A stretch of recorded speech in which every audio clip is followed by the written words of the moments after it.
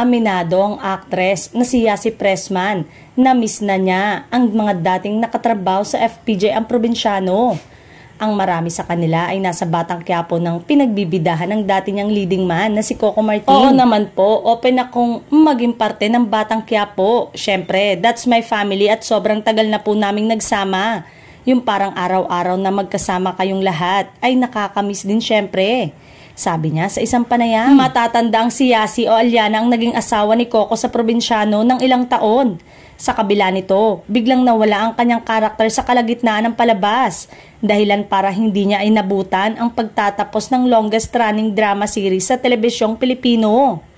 Sa ngayon ay wala pang napapabalitang bagong love team si Coco sa nasabing serye. Bigla kayang makatambal ni tanggol si Yasi sa hinaharap. Samantalang, nagpasalamat siya sa mga taga-ABS-CBN dahil nung nagpaalam daw siya kay Miss Cory Vidanes, kaagad daw siyang pinayagan. Ngayon naman po, sinabi nga po kanina, wala na pong network wars, kaya very grateful po talaga na merong mga trabaho. At the end of the day, syempre kailangan din nating magtrabaho para dun sa pamilya natin.